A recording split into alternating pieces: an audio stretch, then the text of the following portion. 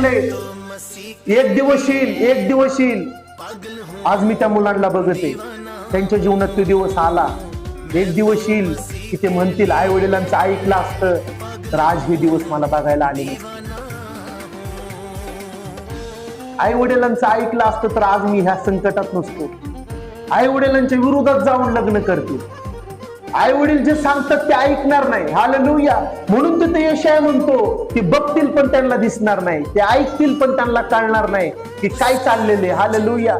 त्यांचं अंतःकरण मंद असं झालेले.